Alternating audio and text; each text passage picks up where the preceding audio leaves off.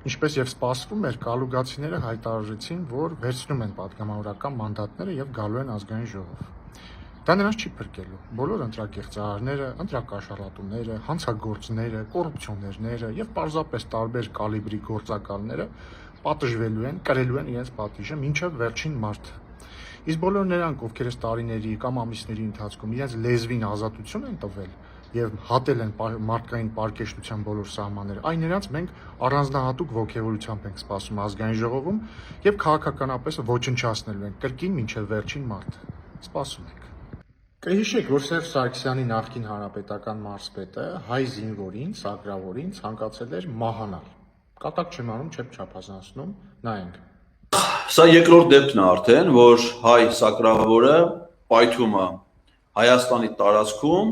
հայ զինվորի կողմից տեղադրված ականի վրա։ Մաղթում ենք, որ դա վերաբերվի բոլորին։ Ինչքան հայ սակրավոր կմտնի ականապատ դաշտ,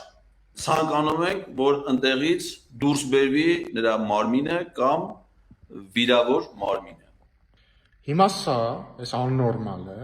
կալուգացիների ուժեղ Հայաստան կուսակցության ցուցակով կդառնա падգամավոր, եթե մանդատից չհրաժարվի։ Եվ ես կարծում եմ, որ ուժեղ Հայաստանի ներկայացուցիչները, եթե չեն կիսում այս հայտարարությունը, պետք է հորդորեն այս աննորմալին դնել մանդատը եւ չգալ ազգային ժողով։ Հակառակ դեպքում, եթե նա գա ազգային ժողով, մենք համարելու ենք, որ ուժեղ Հայաստանը կիսում է այս կարծիքը եւ նույնպես մահ է ցանկանում հայ զինվորին եւ հայ սակրավորներին։ Եվ հետեւաբար ազգային ժողովում դաժան օրեր են սպասվում ոչ միայն այս Սերժի մնացուկին, այլ նաեւ ազգային ժողովի կալուգյան ամբողջ համայնքին։ Տեսա, որ կալուգացիները արդեն 2 օր է ընկած բացատրում են իրենց ընտրողներին, թե ինչու են վերցնում մանդատները, արդարացումներ են բերում եւ այլն։ Եվ զգում եմ, որ նրանք չեն հասկանում, թե իրենց ընտրողները ինչու են նեղսրտած կամ ինչու իրենց չեն հասկանում,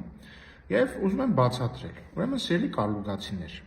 այս ամեն ինչը տեղի է ունենում ձեր այն փոքրաթիվ ընտրողները, նկատի ունեմ իրական ձեր ընտրողները, ոչ թե փողով ընտրողները։ Այդպեսին կան, քիչ են, բայց կան։ Ներսրտում են, որովհետեւ դուք տարել եք ապոկալիպտիկ քարոզարշավ։ Դուք ասել եք, եթե Փաշինյանը կրի, նախ ասել եք, որ դուք եք կրելու, որ Սամվել Կարապետյանը հունիսի 8-ին կառավարության նիստ է անելու, չգիտեմ ոնց լինելով Ռուսաստանի քաղաքացի, բայց էթնիկով։ Ու ասել եք, եթե Փաշինյանը հաղթի, 300,000 ադրբեջանցի է հաջորդ օրը գալու։ Ասել եք, որ Հայաստանը դառնալու է թուրք ադրբեջանական վիլայետ, որ մենք դավաճաններ ենք եւ այսպես շարունակ։ Եվ բնական է, որ ձեր ընտրողները ասում են մի վարքյան։ Այսինքն ապոկալիպսիսի մասին եք խոսում, բան, հիմա ինչ թուրք ադրբեջանական վիլայետում դուք գնալու եք падգամավոր դառնալ։ Ու իրանց տեսանկյունից, ովքեր որ ձեզ հավատացել են, ձեր ստերին, տրամաբանական է այդ հարցադրումը։ Եվ ինչ է տեղի ունեցել։ Դուք ձեզ գցել եք ծուղակը, այն նույն ծուղակը, որը իրանց գցել էին Հայաստան խմբակցության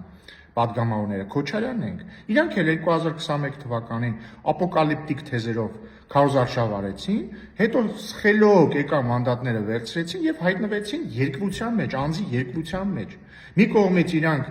ասել էին, որ մենք աշխարհի ամենավերջին թշնամիներն ենք, բայց մյուս կողմից իրանք խորհրդարանական գործունեության պետքա զբաղվեին։ Ու դրա համար մի օր գալիս էին նիստի, մի օր չէին գալի նիստի, հանձնաժողովի նիստերի մի օր գալիս էին, մի օր չէին գալիս էին մի անգամ գալիս էին մեր հետ գործողման, ընտրողները ինչ շան լապ ասես իրանց գլխին չէին թափում, որովհետև ասում են իվարկյան դուք ես դավաճանների հետ ոնց եք գնում։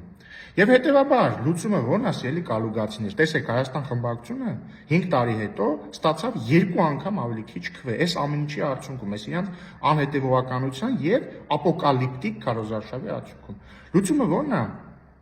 Սուտ արդարացումներ մի բերեք, այդ հեքիաթները մի պատմեք, որ գալիս եք, որպեսի ԿՊ-ից падգամավոր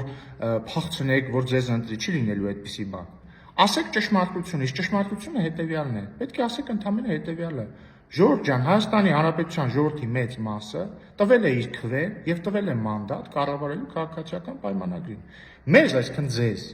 տվել է մանդատ լինել ընդդիմություն։ Այնքան մանդատ է տվել, որ դուք լինեք ընդդիմություն, բայց չլինեք իշխանություն։ Եվ դուք պատրաստվում եք գաք ազգային ժողով եւ բարձրաձայնեք նրանց խնդիրները։ Ահա այս է ճշմարտությունը։